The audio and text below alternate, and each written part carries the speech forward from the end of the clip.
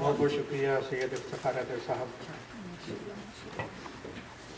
خواتین حضرات، اب میں جن کے لیے پہلا حصہ ترتیب دیا گیا ہے، صالح افسر صاحب سے درخواست کروں گا کہ وہ مائک پہ تشریف لائیں اور آپ تمام حاضرین کا بالعموم اور جن لوگوں نے ان کے بارے میں گفتگو کی ہے، اظہار خیال کیا ہے، ان کے بارے میں ان کا اظہار تشکر کریں اور یہ کہ اپنے حوالے سے جو کچھ فرمانا چاہتے ہیں اپنے تازہ کلام میں مرحمت فرمائیں.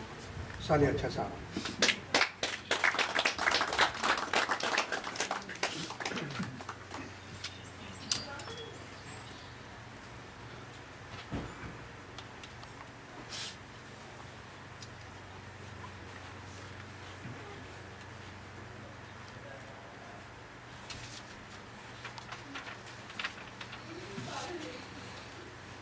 جناب صد معزز حاضرین جلسہ،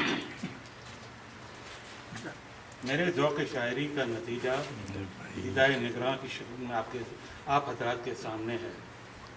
جہاں تک میری شاعری کا سوال ہے، میں نے اس کے انتخاب میں حتی الامکان سستے اور سطحی اشیاء سے پرہیز کیا ہے.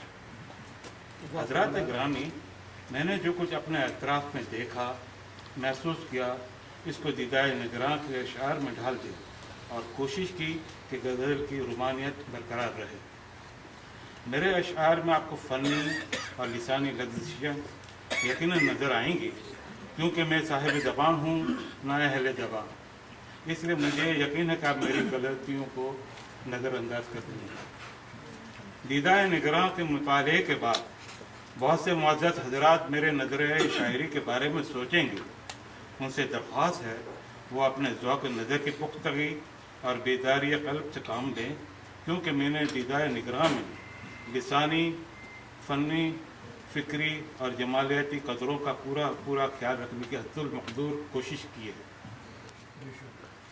صاحبو، یہ عشق بھی عجیب چیز ہے کہ آج کی اس تقریب کے میزبان محترم جناب تسلیم الہی زلفی صاحب سے میں صرف اتنا عرض کروں گا، چاہے زرد چاند بے اما ہو جائے، آفتاب بے نشاں ہو جائے، دریا کی روانی تھم جائے، سارا لہو پانی ہو جائے، مگر عشق کا سلسلہ تو چلتا رہے گا، کیونکہ یہ عشق بھی عجیب ہے.